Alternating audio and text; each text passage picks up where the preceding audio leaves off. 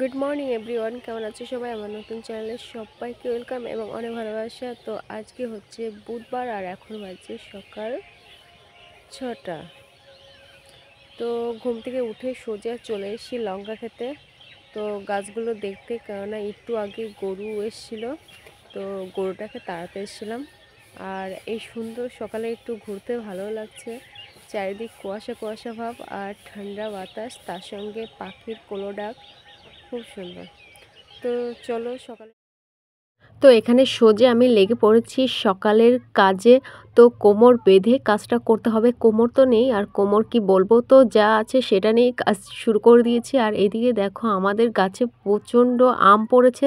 আম তো গাছে বেশি ছিল না, দু একটা ধরেছিল, তবু পড়ে যাচ্ছে। তো সেগুলো খুঁটে খুঁটে রেখে দিই, কেননা ওইগুলো মাখা খেতে হয়, তারপর আবার চাটনি করতে হয়। তো আমার ছেলে চাটনি খেতে খুবই ভালোবাসে। আর এদিকে বালতিগুলো ফাঁকা আছে, তো ভাবলাম এগুলো পরিষ্কার করে তারপরে বালতি ভরে জল নিয়ে এসে রেখে দেবো, কেননা একেতে কলে কম জল আসে, তারপরে অন্য এক জায়গায় থেকে জল আনতে হয়। আর এদিকে মা ধান সেদ্ধ করেছিল, তো সেগুলো এখনও পড়ে আছে। তো ভাবছিলাম এগুলো ধোয়া মাজা করব, তো মা বলছিল যে এখন আর ধুতে হবে না, তো পরে আমি আবার ধান সেদ্ধ করব।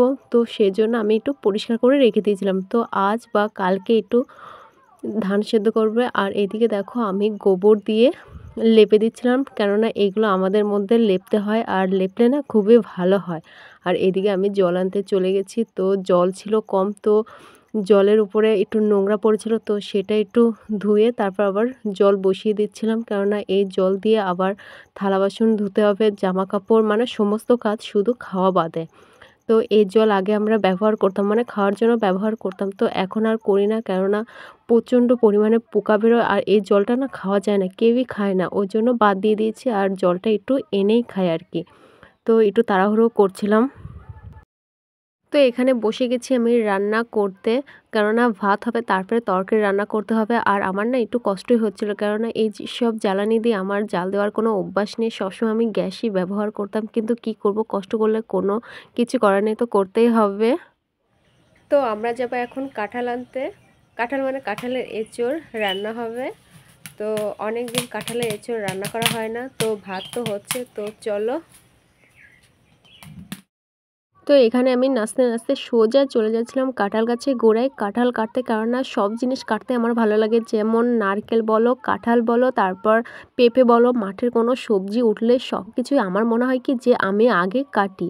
আর এদিকে দেখো আমি সোজা চলে যাচ্ছিলাম কাঁঠাল গাছের গোড়ায়, তো কোনটা ছেড়ে কোনটা কাটবো সেটাই ভাবছিলাম। তো মাকে আমি বলছিলাম যে কোনটা কাটবো, তো মা বলছিল তোর যেটা পছন্দ হয় সেটাই কাট। আর এদিকে দেখো সামনের পর আমার একটা বড় কাঁঠাল আছে, সেটাই আমি কেটে নিলাম, কেননা ভাবছিলাম যে এই কাঁঠালে অনেকটা তরকারি হবে, আর তরকারি হলে না সারাদিন খেতে পারবো। আর একে তো কাঁঠালের এঁচোড় খেতে আমার খুবই ভালো লাগে, আর তার সঙ্গে যদি এঁচোড় চিংড়ি হয় তাহলে আরও ভালো লাগে। আর একে তো আমাদের এখানে পাওয়া যায় না, আর বাজারটা প্রচণ্ড দূরে, আর দূরে হলেও এখানে একটু পাওয়া যায় না।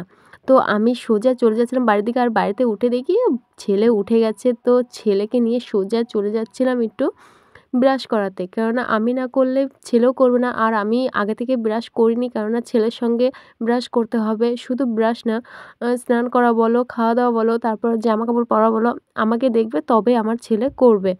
তো ছেলেকে একটু লালিয়ে ভুলিয়ে নিয়ে যাচ্ছিলাম। আর এদিকে দেখো আমি ছেলেকে একটু ব্রাশ করিয়ে দিচ্ছিলাম, কেননা ছেলের মুখে না প্রচণ্ড পোকা ধরেছে, তো ওর মাঝে মধ্যে যন্ত্রণা করে, ওই জন্য একটু ভালো করে পরিষ্কার করে দিচ্ছিলাম। আর এদিকে আমিও করছিলাম। তো আমার সামনে বালতিগুলো ছিল একেবারে খালি, কেননা এই বালতিগুলো আবার জল ভরতে হবে, আর একটু জলও একটু আসছিল কম। তো ছেলেকে ভাবছিলাম ব্রাশ করিয়ে দিয়ে তারপর ওকে পাঠিয়ে তারপর আমি একটু জল ভরবো। তো ছেলের কাছে ছিল বিস্কুট, তো বিস্কুট খাওয়ার জন্য একটু কান্না করছিল, তো বিস্কুটটা একটু দিয়ে দিলাম, তো ও খাওয়া শুরু করে দিল। তো আমিও একটু তাড়াহুড়ো করছিলাম, কেননা তরকারি কোটা হয়নি, তো সেগুলো আবার রান্না করতে হবে। তো আমার রান্না না আমার খেতে বেশ ভালোই লাগে। আর এদিকে দেখো আমি জলগুলো একটু ভরে নিচ্ছিলাম, কেননা এই জলগুলো ভরে আবার জামা কাপড় কাচাকাচি করতে হবে আর কি। তো এখানে দেখো আমরা খাবার জল টেনে টেনে আনছি, তো ওই দূরে একটা কল আছে সেখান থেকে আনতে হয় আর কি। তো জল টানতেও একটু কষ্ট হয়, কিন্তু কি করব। আর এদিকে দেখো আমার ছেলের জল তেষ্টা পেয়েছিল, তো খাইয়ে দিচ্ছে। আর এখন পড়াবো বই, তো ও বিস্কুট খেয়েছিল, বিস্কুট খাওয়ার পর ও জল খায়নি, আর আমিও কিছু খাইনি, তো আমিও একটু জল খেয়ে নিলাম। আর এইদিকে দেখো আমি আমার সোনা বাবাকে একটু পড়াচ্ছি, তো ছেলে পড়ার চাইতে দুষ্টুমিটাই বেশি করছিল আর কি। তো সকালবেলা উঠে ওকে যদি একটু বই পড়াই তো ও ভালো থাকে, আর রাত্রের দিকে পড়তে চায় না, কেননা ওর ঘুম পেয়ে যায়। আর দুপুরের দিকে পড়াতে গেলেও বলবে যে আমি একটু খেলা করব বা ঘুম পারবো। তো আমারও একটু বিরক্ত লাগে, তো আমারও ইচ্ছে করে না, ওই জন্য ভাবি যে সকালবেলা একটু বইটা পড়াতে। আর এই দেখো আমার দুষ্টু বাবা সকাল সকাল পড়াশোনা করতে বসে গেছে। দেখো কি সুন্দর করে লিখছে। তো এখন একটু ঠান্ডা ঠান্ডা ভাব আছে, ওই জন্য ওকে পড়তে বসে। আর এই দেখো আমার দুষ্টু বাবার কি সুন্দর করে লিখেছে। হ্যাঁ, খুব সুন্দর করে লিখেছে। তো ও লিখলে লিখতে পারে, কিন্তু লিখতে চায় না আর কি, একটু দুষ্টুমি বেশি করে। তো এখন বই নিয়ে কিছুতেই বসবে না, তো এটা সেটা বলে মনটা ভুলিয়ে ভালিয়ে তারপর বই নিয়ে বসালাম। তো রাত্রের দিকে টাইম হয় না, রাত্রে সবার ঘুম পেয়ে যায়। তারপরে রাত্রে কারেন্ট থাকে না, কারেন্টের কোনো ঠিকঠাক নেই।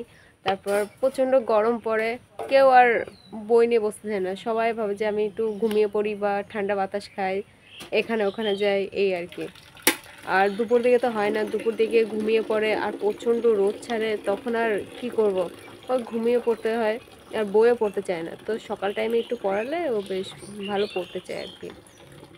তো আমার কাঁঠালের এঁচোড় এখনও রয়ে গেছে, ওই দেখো দেখতেই পারছো তোমরা। তো ভাবলাম যে ওকে আগে বই পড়িয়ে দিই, তারপর কাঁঠালের এঁচোড়টা রান্না করি, কেননা দেরি হবে, অনেকটাই দেরি হবে। আর ওই তরকারি রান্না করতে গেলে না মশলা বাটতে হবে, মানে অনেক ঝামেলা। তো ওর বই পড়ানো হবে না, তো ভাবলাম যে আগে ওর বইটা পড়িয়ে দিই, তারপর কাঁঠালটা রান্না করবো আর কি। তো চলো তোমাদের সঙ্গে আবার পরে দেখা। তো এইদিকে আমি কাঁঠালের মশলাগুলো কেটে নিচ্ছিলাম, মানে তরকারি রান্না করতে হবে সেই মশলাগুলো করতে হবে। তো সঙ্গে পেঁয়াজ, তারপর রসুন, তারপর আদা আছে, তো পেঁয়াজগুলো কেটে নিচ্ছিলাম। তো মশলা করার পর সোজা আমি চলে গেলাম রান্না করতে। কিন্তু রান্না করতে না আমার বেশ ভালোই লাগছিল, শুধু একটু জায়গায় অসুবিধা হচ্ছিল যে এই জ্বালানিগুলো দিয়ে, এর জায়গায় যদি একটু গ্যাস হতো তো আরও ভালো হতো। তো আমি এক তরকারি রান্না করছিলাম, কেননা প্রচণ্ড রোদ উঠেছিল আর সঙ্গে ছিল গরম। তো কোনো বাতাসও ছিল না আর ভালোও লাগছিল না, মানে একটু কষ্ট কষ্ট হচ্ছিল, ওই জন্য একটা তরকারি রান্না করেই আমি বাদ দিয়ে দিয়েছিলাম আর কি।